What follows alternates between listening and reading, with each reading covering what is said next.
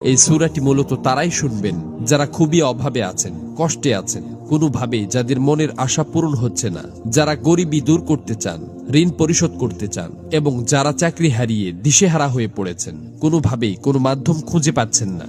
আজকের এই গুরুত্বপূর্ণ সূরাটি শুধুমাত্র তাদের জন্যই। কষ্ট করে সূরাটি আপনারা মনোযোগ দিয়ে প্রথম থেকে শেষ পর্যন্ত শুনুন। ইনশাআল্লাহ এই সূরাটি শোনার উসিলায় আপনাদের সকল অভাব অনটন গায়েব থেকে দূর হয়ে যাবে, সকল ঋণ পরিশোধের ব্যবস্থা হয়ে যাবে, মনের সকল অপূর্ণ আশা আকাঙ্ক্ষাগুলো পূরণ হয়ে যাবে। আপনি যা চাইবেন সাথে সাথে তাই কবুল হবে ইনশাআল্লাহ। প্রিয় বন্ধুরা, আল্লাহ পাক চাইলে সবকিছুই সম্ভব। এজন্য আল্লাহ তাআলার কোরআন মাজিদের সর্বশ্রেষ্ঠ এই সূরাটি শুনতে শুনতে আপনার মনের সকল নিয়ত, মনোবাসনা ও জীবনের সকল চাওয়াগুলো আল্লাহ তাআলার কাছে মনে মনে দোয়ার মাধ্যমে তুলে ধরবেন। আল্লাহ চান তো মুহূর্তেই আপনার জীবনটা পরিবর্তন হয়ে যাবে।